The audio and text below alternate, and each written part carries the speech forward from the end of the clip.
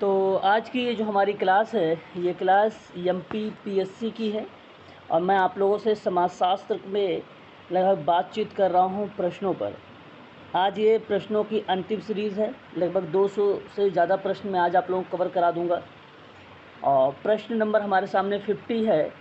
कह रहा है कि धर्म, अर्थ, काम तथा मोक्ष। ठीक है, ध्यान रखेंगे। धर्म, अर्थ, काम तथा मोक्ष क्या है आप बताएंगे। ज़रा ऑप्शन का चुनाव करें, कौन सा ऑप्शन करेक्ट होगा बताएं। Sir option number first. Yes sir, option number first. धर्म, अर्थ, काम और मोक्ष क्या है, वो पुरुषार्थ होते हैं। और पुरुषार्थ कितने प्रकार का होता है, तो 4 प्रकार का होता है ना। धर्म, अर्थ, काम, मोक्ष, यही है। ऑप्शन नंबर आपका पहला ही करेक्ट जवाब होगा, option number A. Next question number 51 बताइए, पुरुषार्थ के अंतर्गत धर्म, अर्थ और काम का अंतिम लक्ष्य क्या हो सकता है। 51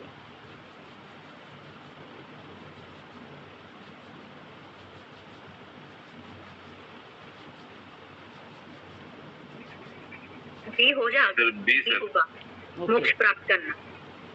ऑप्शन बी की तरफ आप जा रहे हैं और ऑप्शन बी ही करेक्ट जवाब है कि पुरुषार्थ के अंतर्गत धर्म, अर्थ तथा काम का अंतिम लक्ष्य यही होता है, मोक्ष प्राप्त करना। ऑप्शन नंबर बी सही जवाब है, ऑप्शन नंबर बी। हिंदू जीवन का अंतिम उद्देश्य क्या है। हिंदू जीवन का अंतिम उद्देश्य क्या है, धर्म, अर्थ, काम, मोक्ष।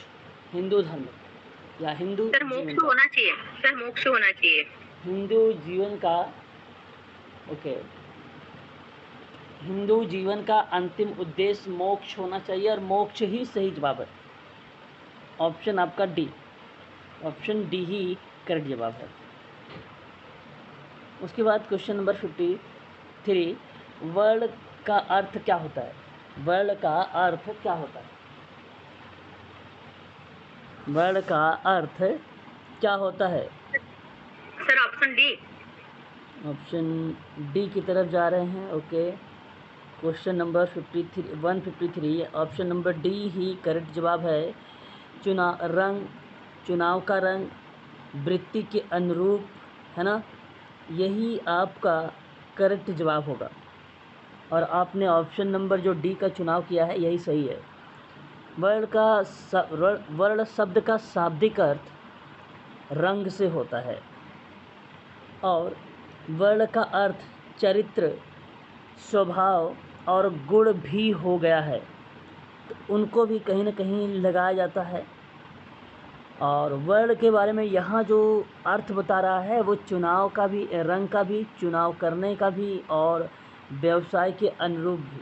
इसलिए ऑप्शन नंबर जो डी आपका है ये आपका करेक्ट रहेगा 153 का। वर्ल्ड व्यवस्था के अंतर्गत कितनी या अंतर्गत वर्णों की संख्या कितनी है। 4 वर्ण है। ओके, ध्यान रखेंगे। अगर आपसे पूछा जाए वर्ण व्यवस्था के अंतर्गत वर्णों की संख्या तो आप 4 बताएंगे। और कौन कौन से वर्ण बताएंगे, एक ब्राह्मण, क्षत्रिय, वैश्य और शूद्र। तो धर्मशास्त्रों में वर्ण व्यवस्था समाज को 4 वर्णों में विभाजित करती है, जो कि ये दिया गया है। Option number C is the right answer होगा यहाँ पे, ठीक है ना। चलिए, यह किसने कहा है कि वर्ण व्यवस्था का आधार कर्म है, जन्म नहीं। Doctor Radhakrishnan, option number B. वर्ण व्यवस्था का आधारभूत उद्देश्य समाज का किस प्रकार का विभाजन होता है, बताएं।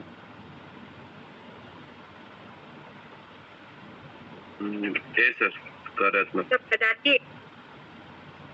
कार्यात्मक सही रहेगा। यहाँ सही जवाब जो होगा आपका कार्यात्मक सही होगा।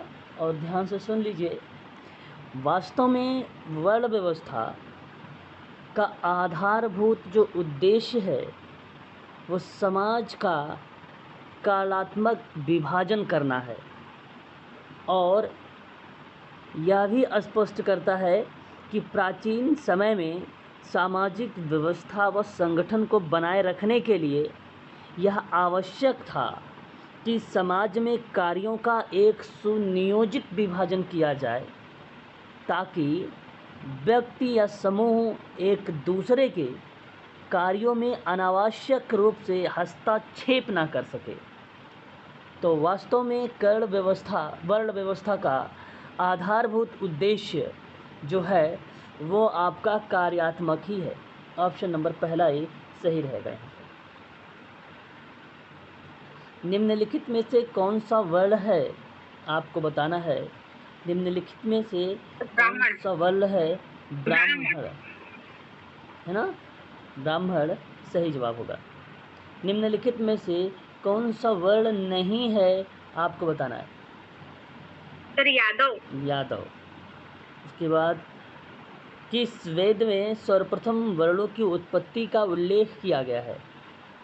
देखिए बड़ा अच्छा सवाल है। ऋग्वेद में। किस वेद सर में। ऋग्वेद में। ओके, यहाँ सही जवाब आया है ऑप्शन नंबर सी ऋग्वेद में। ऋग्वेद के 10वें मंडल में पुरुष सूक्ति में विराट पुरुष द्वारा 4 वर्णों की उत्पत्ति का उल्लेख मिलता है। तो उसके अनुसार विराट पुरुष में या विराट पुरुष के मुख से ब्राह्मणों की और भुजाओं से क्षत्रिय की, जांघों से वैश्य की और पैरों से शूद्र की उत्पत्ति हुई है। तो ऋग्वैदिक कालिक समाज में पितृसत्तात्मक हुआ करता था और वर्णों की उत्पत्ति का उल्लेख इस वेद में सर्वप्रथम मिला।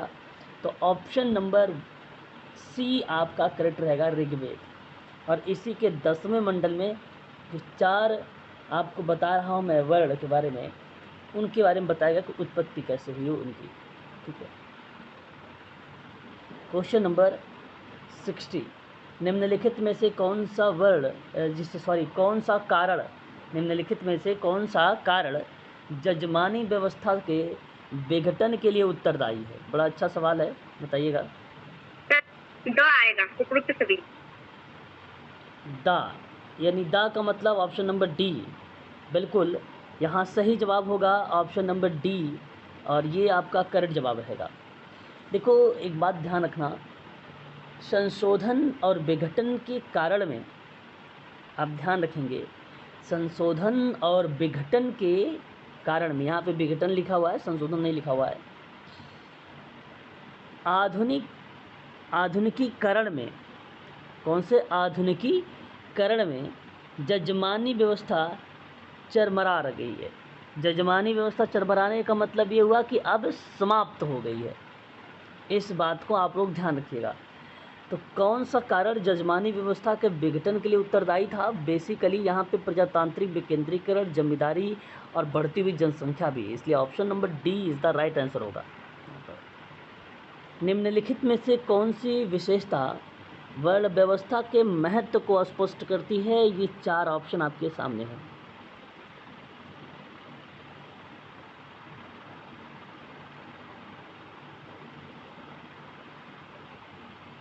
बताइए। बी ऑप्शन सर बी होगा, श्रम विभाजन को प्रोत्साहन।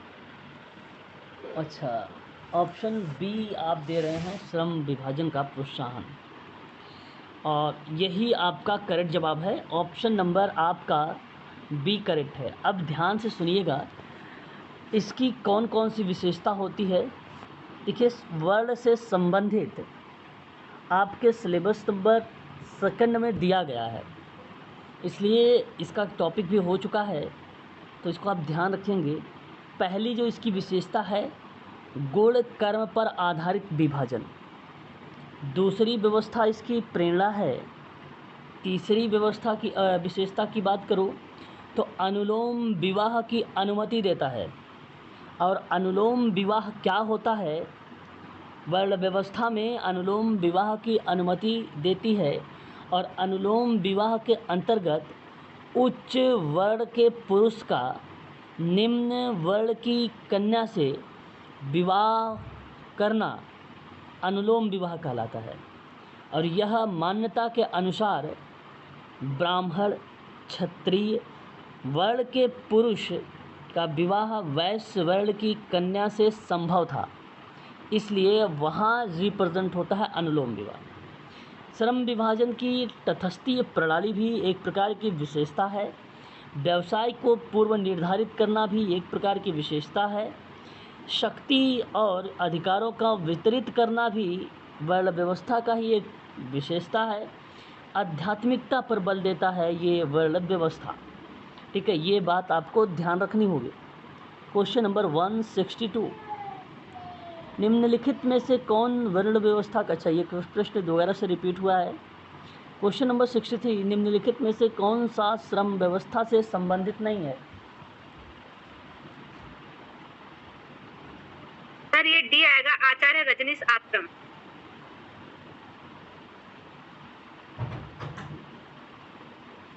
आपने ऑप्शन का चुनाव किया है, बताएं सुषमा जी कौन सा ऑप्शन दिया आपने जवाब? Sir D. C. Sir D. Okay D sir, D. D Acharya Rajneesh Ashram. Okay, यहाँ देखिए आश्रम व्यवस्था से संबंधित नहीं है, न संबंधित नहीं है। और सही जवाब बताया आपने आचार्य रजनीश आश्रम। ये आपका ऑप्शन जो है डी वाला, ये करेक्ट जवाब है। बेसिकली आपको मैं बता दूं, ये जो है एक गढ़वारा शहर में शक्कर नदी के तट पर स्थित आश्रम के बगल में एक घाट है जिससे गुर्रा घाट भी कहा जाता है। हाँ, तो बेसिकली आचार्य रजनीश का ओशो आश्रम मुंबई में बताया जाता है, पुणे में स्थित मुंबई में है, और आश्रम का क्या नाम है? ओशो।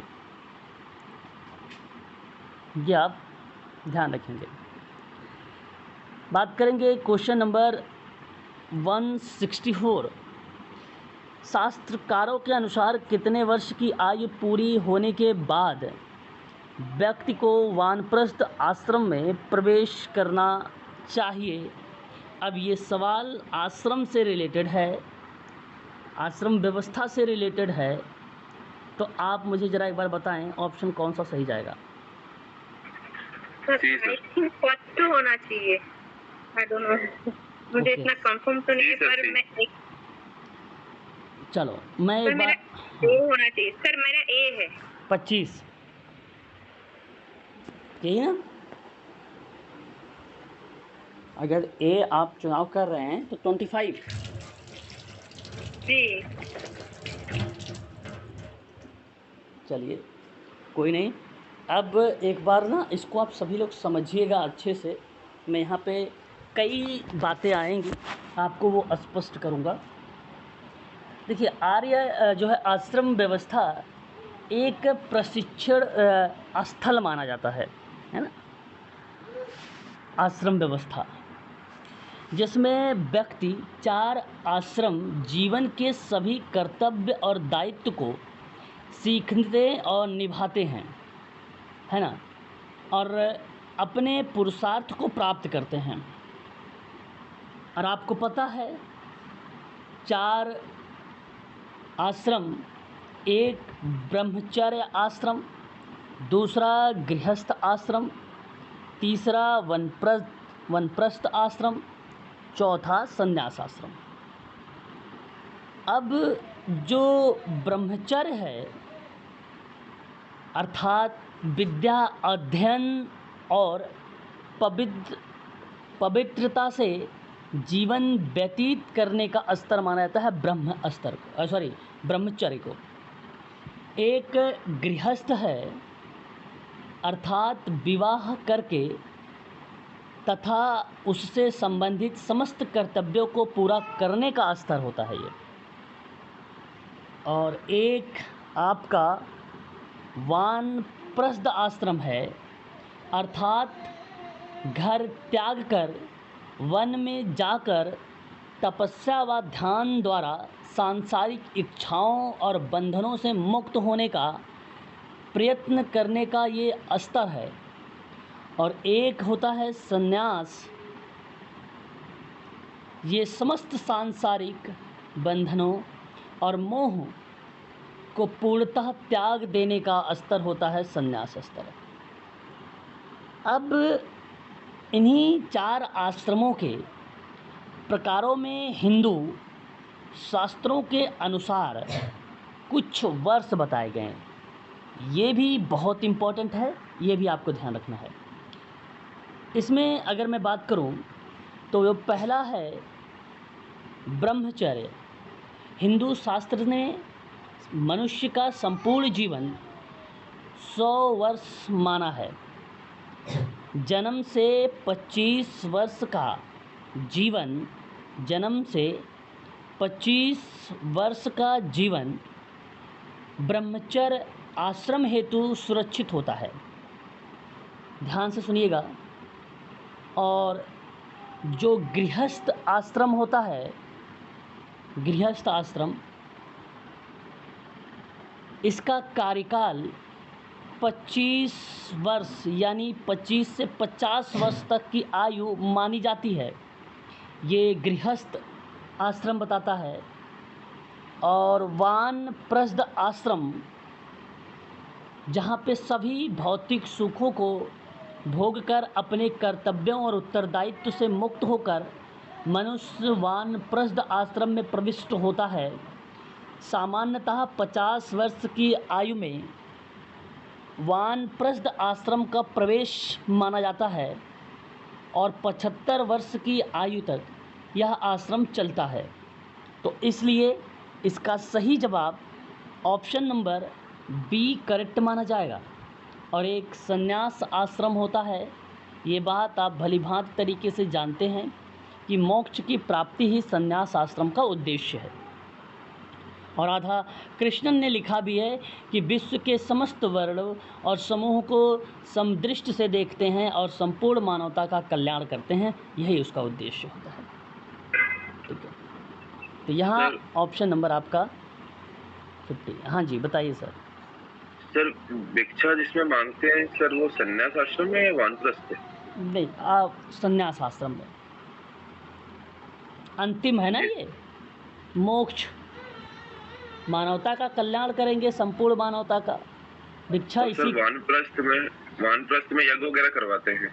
हाँ, वानप्रस्थ आश्रम में ये बेसिकली क्या होता है, भौतिक सुखों को भोग कर कर्तव्य, ये कर्तव्य की बात करते हैं। मनुष्य का अंतिम लक्ष्य मोक्ष प्राप्ति, तो मोक्ष प्राप्ति, उसी की सभी पीढ़ी भी वानप्रस्थ का पार्ट हो सकती है। तो यहाँ पे ना इंद्रियों का नियंत्रण होता है, जीवों पर दया, सदाचार, पालन। अब जैसे बौद्ध जी की बात करते हैं, है ना, गौतम बुद्ध की, तो उनका प्रक्रिया जो है वानप्रस्थ आश्रम में ही आएगा, है ना। व्यक्ति केवल कुल और गृह का ही आश्रम नहीं छोड़ना पड़ता, बल्कि गांव का भी आश्रम छोड़कर जंगल में अपनी कुटिया बनाकर रहना पड़ता है। तो नाम से स्पष्ट है वानप्रस्थ। ये दूसरे परिप्रेक्ष्य में जाता है। ठीक है, अब मोक्ष प्राप्त करने के लिए भिक्षा वो भी मांग सकते हैं, है ना। अभी आपने देखा भी है बौद्धिक जीवन में या बौद्धिक काल के बारे में आपने पढ़ा भी होगा, है ना। तो उसमें ये चीज़ें आती हैं। और लेकिन संन्यास में भी ये प्रक्रिया उसमें आती है, क्योंकि वो अंतिम क्षण होता है। तो वो संपूर्ण मानवता का कल्याण करने की बात जब करने लगते हैं तो संन्यास आश्रम को रिप्रेजेंट करते हैं। ठीक है, यहाँ सही जवाब जो जाएगा ऑप्शन नंबर आपका करेक्ट क्या होना चाहिए? बी। हाँ, आश्रम शब्द का अर्थ आपको बताना है। बड़ा ही अच्छा सवाल है और सरल भी है। 165।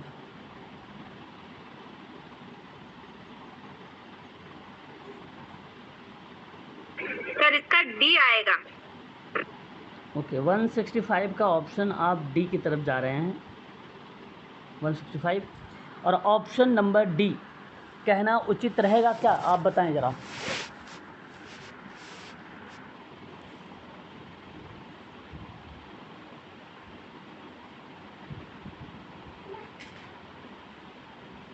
बताइए।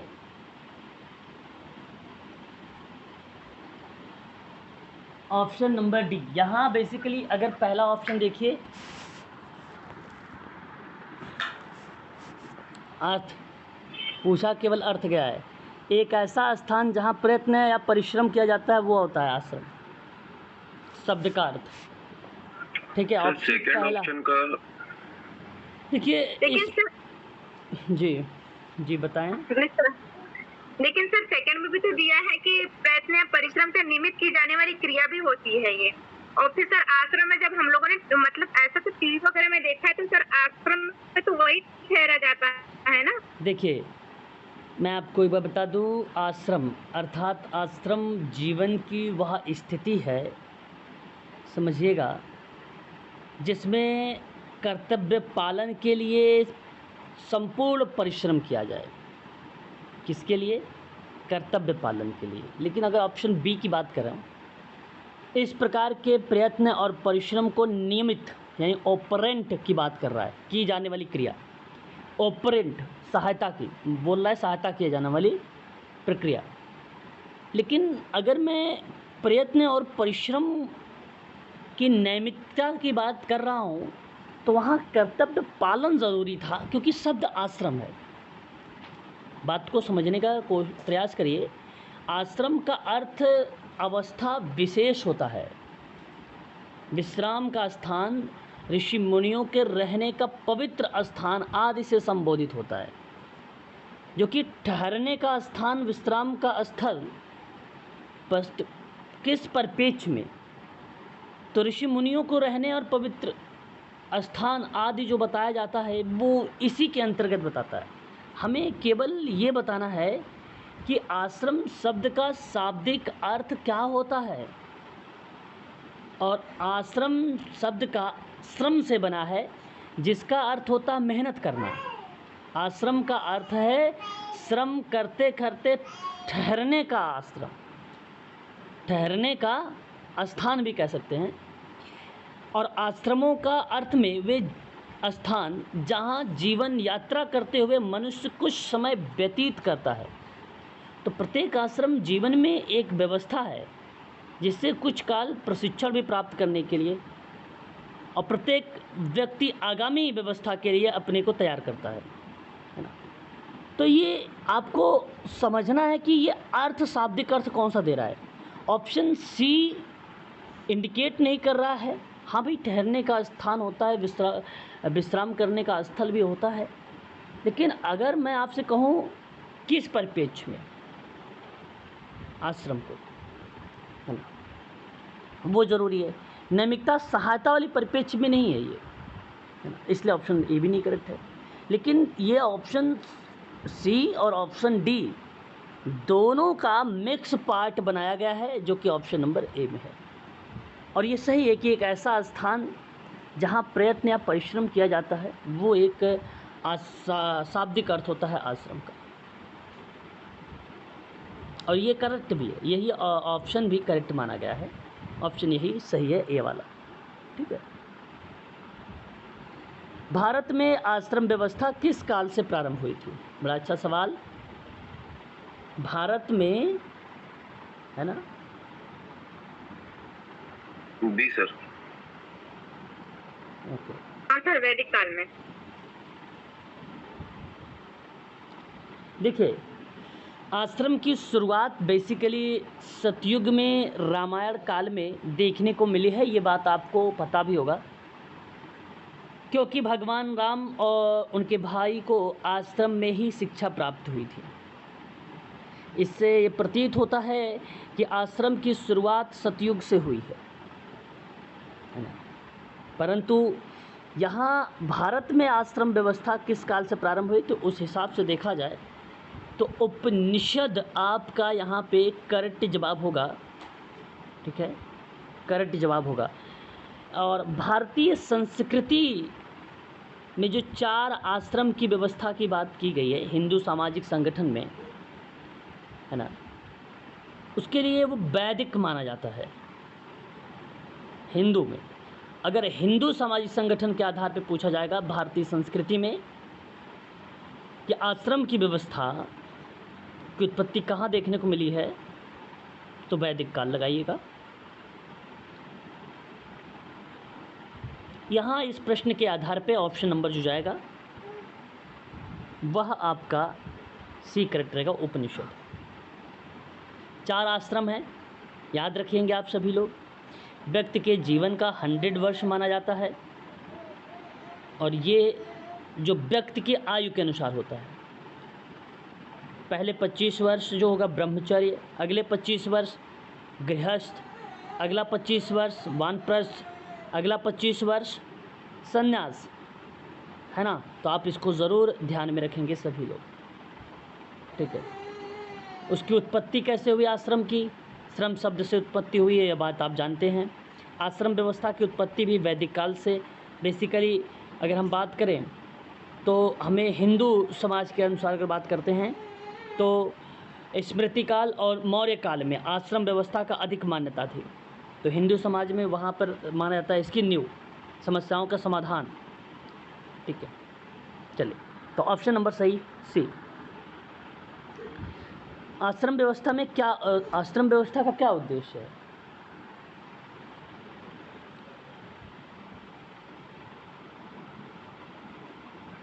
सी सर, मोक्ष।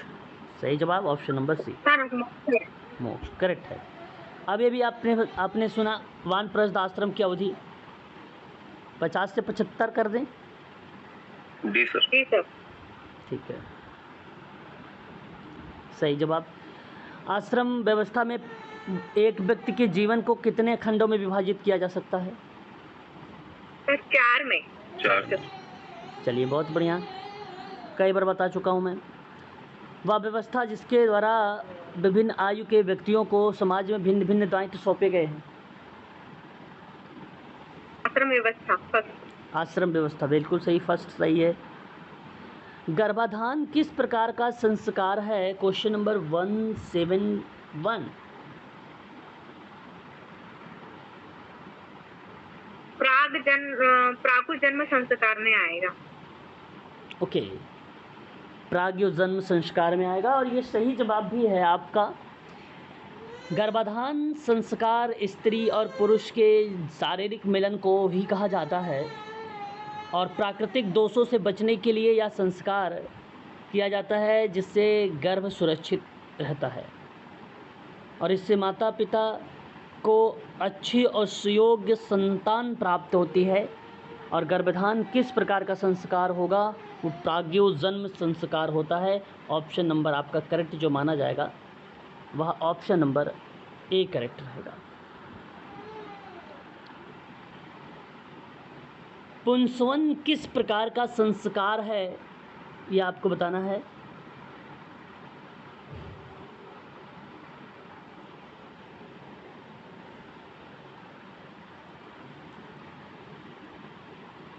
पुंसवन संस्कार तंदुरुस्त संस्कार के लिए जाना जाने वाला संस्कार है।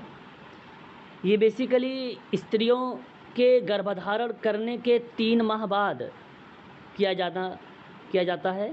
शास्त्रों में कहा जाता है, इसमें अगर हम बात करें, गर्भस्थ शिशु पुत्र रूप में जन्म ले, इसलिए पुंसवन संस्कार माना जाता है इसको, पुत्र। सर अवसान संस्कार आएगा ना? नहीं, यहाँ सही जवाब जो जाएगा वह ऑप्शन आपका प्राग्योजन्म, क्योंकि ये भी गर्भाधान से ही संबंधित है ना, इसलिए ऑप्शन आपका जो सही जाएगा वह ऑप्शन पहला ही कट जाएगा।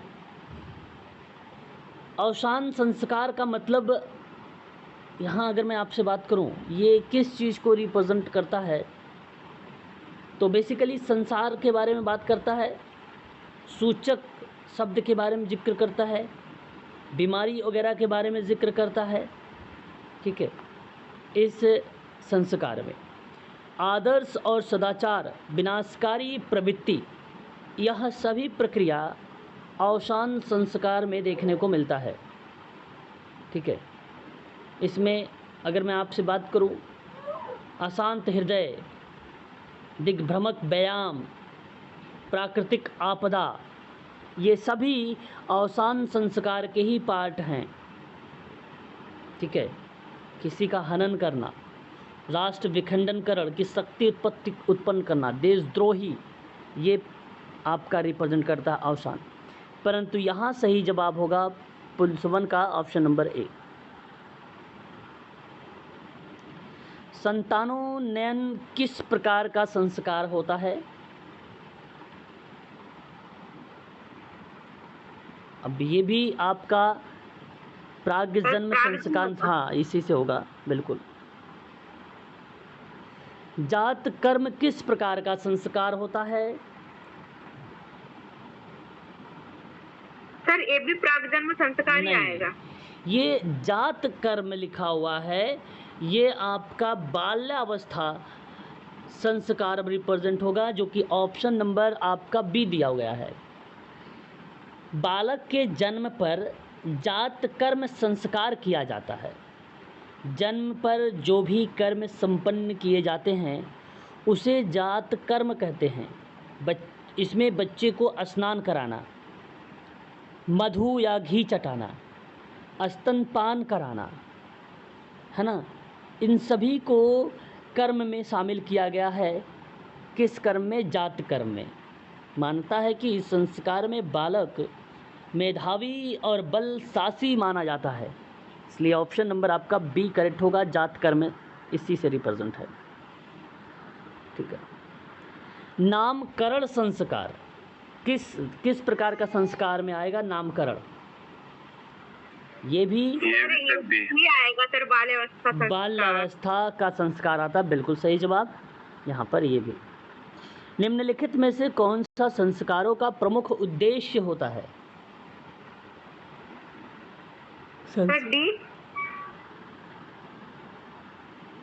बिल्कुल, यहाँ आपका डी ऑप्शन सही रहेगा। दोषामार्जन, अतिशयस्थान और हीनांग पूर्ति, उपर्युक्त सभी ऑप्शन डी।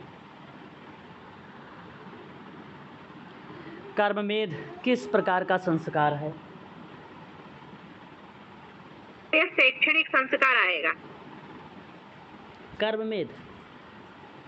कर्ममेध आप शैक्षणिक संस्कार को मान रहे हैं, जो कि कर्मवेद, कर्णवेद या कर्णछेदन, इस प्रकार के जो संस्कार होते हैं वो बेसिकली आपको बता दूं बाल्यावस्था का ही होते हैं। सर ये कानों में छेद करते हैं सर? बिल्कुल बिल्कुल सही पकड़ लिया आपने। इसी के तहत लड़के के दाएं और लड़की के बाएं कान को पहले छेदने की जो परंपरा है वो किसमें है? बाल्यावस्था के संस्कार में ही है। ये 9वां संस्कार है जिसमें कर्णवेध संस्कार को माना गया, इसलिए ताकि बच्चे की सुनने की क्षमता का विकास हो जाए और यह स्वस्थ भी रहे। कर्णवेध संस्कार के तहत कान में जो आभूषण धारण कराए जाते हैं उससे बच्चे की सुंदरता भी बढ़ती है।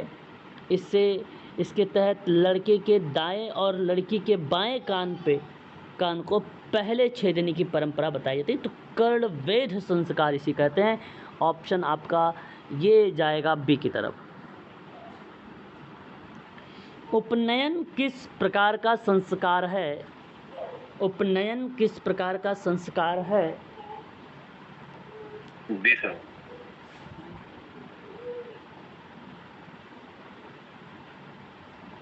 ओके, बाल्यावस्था का संस्कार है ना? जी सर। उपनयन किस प्रकार का संस्कार है? तो उपनयन जो है वो बेसिकली बाल्यावस्था का ही संस्कार है। ऑप्शन आपका यहाँ पर बी ही जाएगा। हिंदू धर्मों में 16 संस्कार में से जो 10वां संस्कार है वो उपनयन संस्कार है। यज्ञोत्पत्ति और जनेऊ संस्कार भी इसे कहा जाता है। उप यानी पानस यानी नयन, अर्थात आप ये कह सकते गुरु के पास ले जाने का अर्थ है ये उपनयन संस्कार। जनेऊ संस्कार तो आप लोगों ने सुना होगा। ब्राह्मण बालक का उपनयन संस्कार 8 वर्ष की, क्षत्रिय या 11 वर्ष की और वैश्य की 12 वर्ष की बताया जाता है। उपनयन संस्कार का जनेऊ धारण करने का सूत्र एक प्रकार से, तो ऑप्शन आपका जाएगा बी की तरफ। मनु ने कर्म के कितने भेद बताए हैं? मनु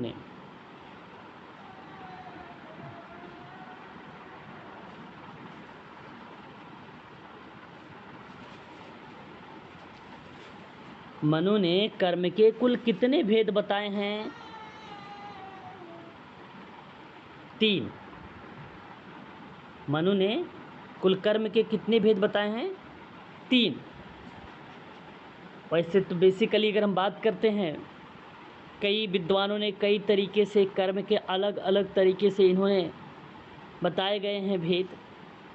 किसी ने 2 बताए तो किसी ने 3, है ना। तो मनु का मतलब मनुष्य से ही है। तो साधनों के आधार पे अगर मैं बात करता हूँ तो इन्होंने एक बताए मानसिक, वाचनिक और शारीरिक। ये साधनों के आधार पे। जब धनों के आधार पर किए गए 3 भेद बताए तो उसमें पुनः शुभ और अशुभ प्रकार के बताकर 20 टाइप से बता दिया गया। शुभ क्या है, अशुभ क्या है। तो शुभ में जैसे रक्षा, सत्य, दान, सेवा, इस तरीके के शब्दों को रिप्रेजेंट करते हुए बताया गया। अशुभ कर्म अहिंसा, विद्रोह, चोरी, व्याभिचार, नासिकता, ये इस तरीके से बताया गया, है ना। तो यहाँ कर्म के मनु ने 3 ही भेद बताए, जो कि ऑप्शन नंबर आपका करेक्ट रहेगा, सी। आप ध्यान रखेंगे।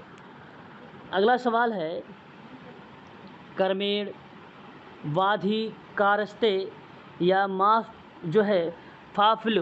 फलेषु कदाचन, इसका ग्रंथ का वर्णन किस में मिला है आपको बताना है। सर मनुस्मृति। मनुस्मृति में बता रहे हैं। कर्मे वाधिकारस्ते मा फलेषु कदाचन का ये कथन किस ग्रंथ में मिला है? श्री कृष्ण ने अर्जुन से बताया था, तो किस में बताए थे? महाभारत में कि गीता में कि रामायण में कि मनुस्मृति में? सर गीता में। तो फिर गीता आपका करेक्ट रहेगा। यहाँ पर ऑप्शन नंबर बी आपका सही रहेगा। कर्म की अवधारणा से संबंधित है। कर्म की अवधारणा कर्म फल से, पुनर्जन्म से, प्रारब्ध, सभी से। ऑप्शन नंबर डी करेक्ट होगा। कर्म के सिद्धांत के अनुसार कर्म का संबंध उन सभी क्रियाओं से है जो शरीर, वाणी तथा मन द्वारा किए जाते हैं, जो कि ऑप्शन नंबर डी आपका करेक्ट रहेगा। शरीर, वाणी और मन द्वारा किए जाते हैं। कर्म का संबंध उन सभी क्रियाओं से रिलेट कराता है कर्म का सिद्धांत। गीता में कर्म के कितने भेद बताए गए हैं?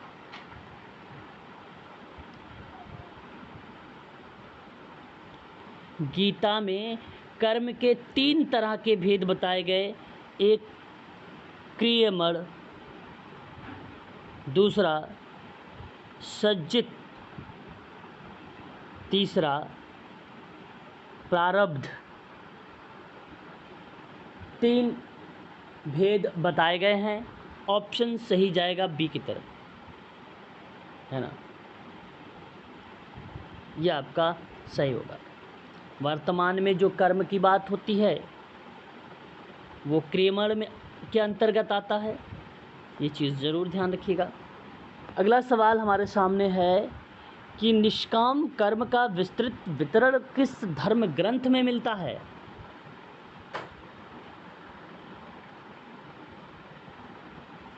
बताएं।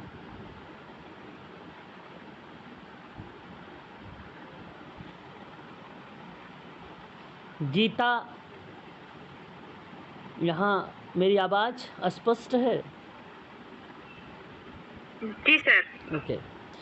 देखिए, निष्काम कर्म का विस्तृत वितरण किस धर्म ग्रंथ में मिलता है? तो गीता में मिलता है। ऑप्शन नंबर आपका डी करेक्ट होगा।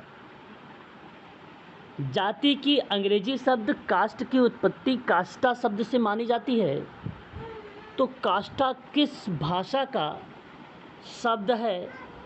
पुर्तगाली या लैटिन या फ्रेंच? लैटिन। पुर्तगाली है। ऑप्शन नंबर आपका डी करेक्ट रहेगा। वेरी वेरी मोस्ट इम्पॉर्टेंट सवाल, जाति एक बंद वर्ग है, यह कथन किस विद्वान का है? सर मजूमदार मदान। हाँ, मजूमदार और मदान। जाति शब्द की उत्पत्ति का पता सर्वप्रथम किसने लगाया था? ग्रेसिया डी ओरेटा ने। Option D. जाति व्यवस्था का सर्वप्रथम लिखित उल्लेख कहाँ पर मिलता है? सर्वप्रथम उल्लेख ऋग्वेद में। हाँ। निम्नलिखित में से जाति का कार्य बताइए। मानसिक सुरक्षा, संस्कृति, व्यवसाय। ऑप्शन डी करेक्ट हो जाएगा सभी। निम्न में से जाति का आधार क्या है? जन्म। जाति का आधार क्या है? सर जन्म ही आएगा। जन्म ही हो जाता है ना, वो तो जानते हैं। हाँ, इसी पर आधारित है। निम्नलिखित में से कौन जाति नहीं है? भील तो जनजाति है, भील है ना? भील जाति नहीं है। जाति की उत्पत्ति व्यावसायिक सिद्धांत किसने दिया? जाति की उत्पत्ति का व्यावसायिक सिद्धांत किसने दिया? तो नेस्फील्ड ने दिया है। नेस्फील्ड ने जाति व्यवस्था को हिंदू समाज के व्यावसायिक विभाजन का प्राकृतिक उत्पाद माना, और उनके अपने शब्दों में जाति व्यवस्था की उत्पत्ति के लिए केवल प्रकार्य और प्रकार्य ही जिम्मेदार है। उनका विचार था कि प्रारंभ में जब कोई दृढ़ता नहीं थी तो प्रत्येक व्यक्ति अपनी पसंद का व्यवसाय करने के लिए स्वतंत्र था। तो इसने व्यवसायिक का सिद्धांत दिया है। नेस्फोल्ड या नेस्फील्ड भी इनका नाम आता है। सही जवाब ऑप्शन नंबर ए करेक्ट होगा। बहुत फेमस सिद्धांत है, ये पेपर में आया हुआ है, इसको आप नोट अवश्य करेंगे। अगला सवाल, जाति तथा वर्ण में क्या समानता है? जाति और वर्ण में क्या समानता है? सनस्तरण। ऑप्शन नंबर सी। सनस्तरण समानता रूप में देखने को मिलता है कॉमन शब्द में। जाति की प्रकृति कैसी होती है? बंद, खुला? सर बंद होती है। ओके, जाति एक बंद है। बिल्कुल सही जवाब ऑप्शन नंबर सी। अभी आपने मजूमदार की परिभाषा भी इसी तरीके से आप लोगों ने लगाया है ना? सही है। जाति एक बंद वर्ग है, मजूमदार और मदान, है ना? आगे बात करें क्वेश्चन नंबर 195। बताइए क्या कहता है आपसे? विवाह स्त्री और पुरुष के पारिवारिक जीवन में प्रवेश करने की संस्था है। ये बात अभी मैंने बताया भी था, वो बोगार्ट्स की परिभाषा थी। बोगार्ट्स, बी ऑप्शन सही रहेगा। निम्नलिखित में से किसे विवाह का उद्देश्य कहा जाता है? विवाह का उद्देश्य किसे कहा जाता है या जाएगा? ऑप्शन कौन सा सही रहेगा? बिल्कुल, बच्चों के जन्म का वैध व्यवस्था हो गया, परिवार की स्थापना और यौन संतुष्टि। सही जवाब ऑप्शन नंबर डी। विवाह का उद्देश्य बताइए क्या होता है? यौन संबंधों का नियमन। बिल्कुल, सामाजिक संगठन को दृढ़ता और परिवार की स्थापना। ऑप्शन डी फिर करेक्ट हो जाएगा। हिंदुओं में विवाह को माना जाता है, बताइए क्या? सवाल बहुत धार्मिक संस्कार। हाँ, बहुत इम्पोर्टेंट है ये। यूजीसी सोशल वर्क में भी सवाल आया हुआ है ये, है ना? हिंदुओं में विवाह के लिए विवाह के परंपरागत स्वरूप कितने माने जाते हैं हिंदुओं आठ। में? 8 है। बिल्कुल।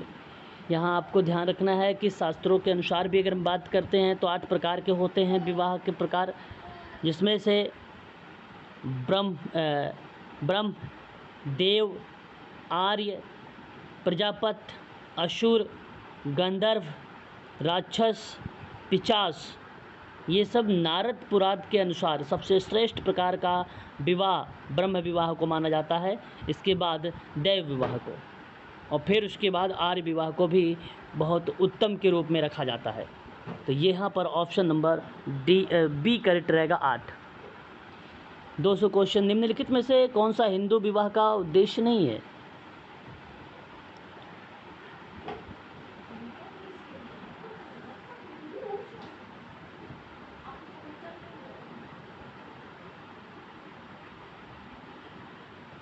सही जवाब अर्थोपार्जन होगा। से कन्या मूल्य देकर संपन्न किए जाने वाले विवाह को क्या कहते हैं? गंधर्व विवाह।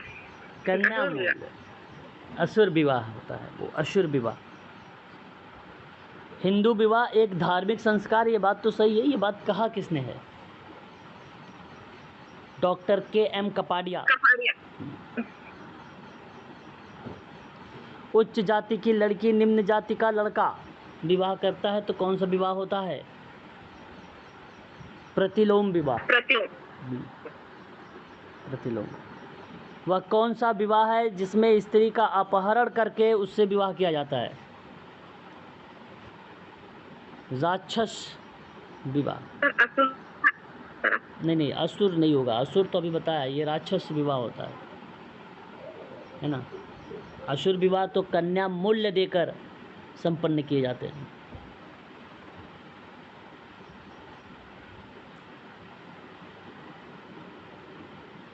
ठीक है, बताइए। शरीयत के अनुसार मुस्लिम विवाह क्या होता है? समझौता। ओके, सही जवाब ऑप्शन बी। मुस्लिम विवाह एक समझौता है जिसका उद्देश्य यौन संबंधों और बच्चों के प्रजनन को कानूनी रूप देना है और समाज के हित के लिए पति पत्नी और उनसे संपन्न संतानों के अधिकार और कर्तव्य को निर्धारित करके सामाजिक नियमन करना है। इस परिभाषा में किस समाजशास्त्री की बात देखने को मिलता है? सर मुल्ला की।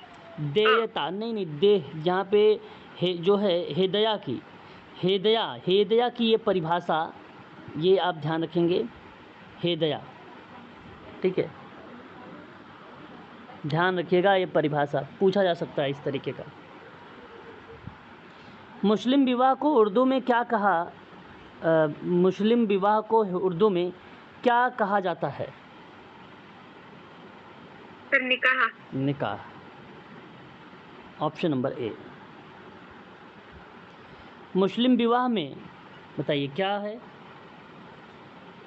कन्यादान का प्रचलन है? गलत, कन्यादान का प्रचलन नहीं है। उपयुक्त दोनों आएगा।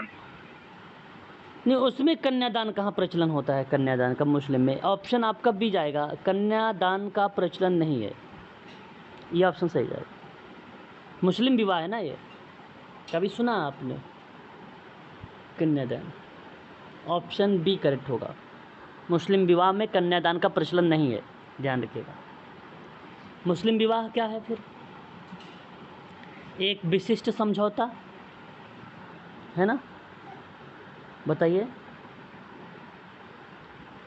आवाज, एक समझौता होता है। हाँ, समझौता होता है। मुस्लिम विवाह विच्छेद अधिनियम किस सन में पारित हुआ? बहुत सर 1939 फर्स्ट। बिल्कुल सही जवाब, इसको याद रखिएगा, इंपॉर्टेंट सवाल है ये ना। मुस्लिम समाज में पति द्वारा पत्नी को दिया जाने वाला धन क्या कहलाता है मुस्लिम समाज में? सर मेहर। मेहर, सही जवाब ऑप्शन नंबर डी। भारतीय ईसाई विवाह अधिनियम वेरी मोस्ट इम्पोर्टेंट 1867 सी। ठीक है।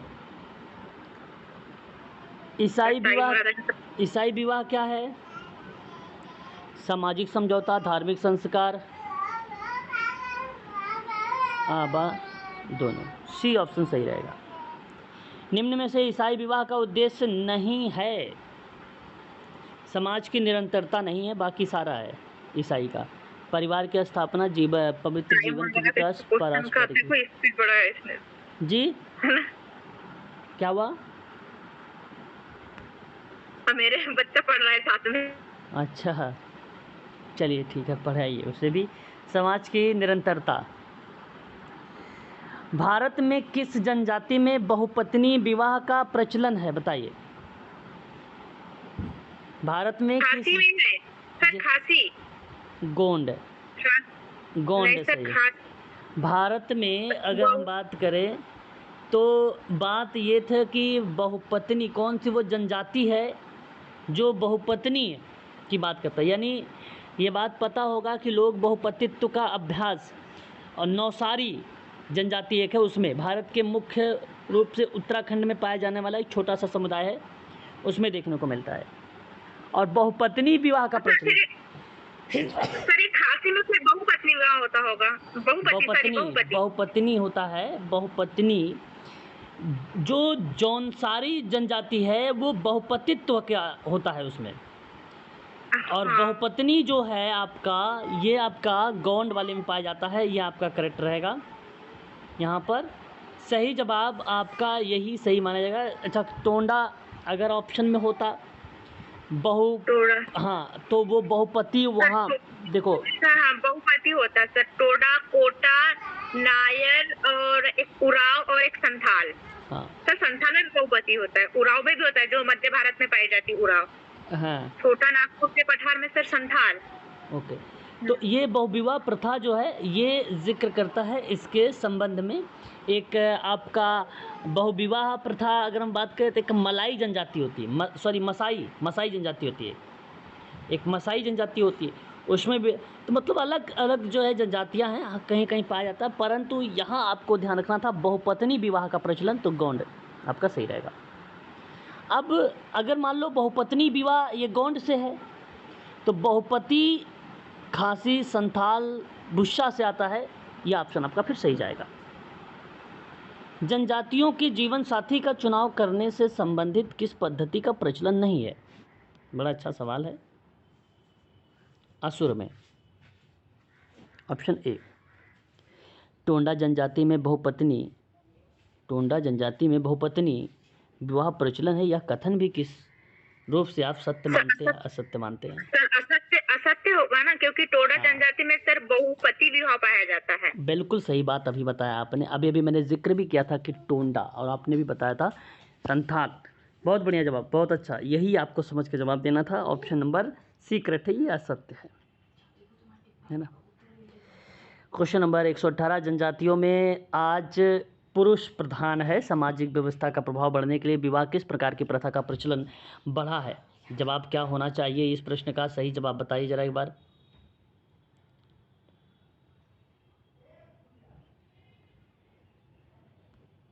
बताइए। जनजाति में भी सर आजकल तो सर एक ही विवाह चल रहा है, तो यही सही जवाब है, एक विवाह। ऑप्शन नंबर आपका बी सही है। जब एकाधिक भाई आपस में मिलकर एक ही स्त्री से विवाह करते हैं तो उसे क्या कहेंगे? 119 भ्रातक बहुपति विवाह। बिल्कुल डी। क्वेश्चन नंबर 120 और आखिरी सवाल। बहुपत्नी विवाह का प्रचलन है जनजातियों में तो होता है, जनजातियों में। हाँ, ऑप्शन नंबर सी। बस आज के लिए इतना ही रखिए, ठीक है। और सर इसके आंसर पीडीएफ नहीं मिलेगी? आंसर नहीं, नीचे पीडीएफ में इसका नहीं है ना। बट प्रश्न बहुत सरल है ना, ठीक है। सर कुछ डाउट थे ना, जैसे मेरे गलत आंसर गए हैं।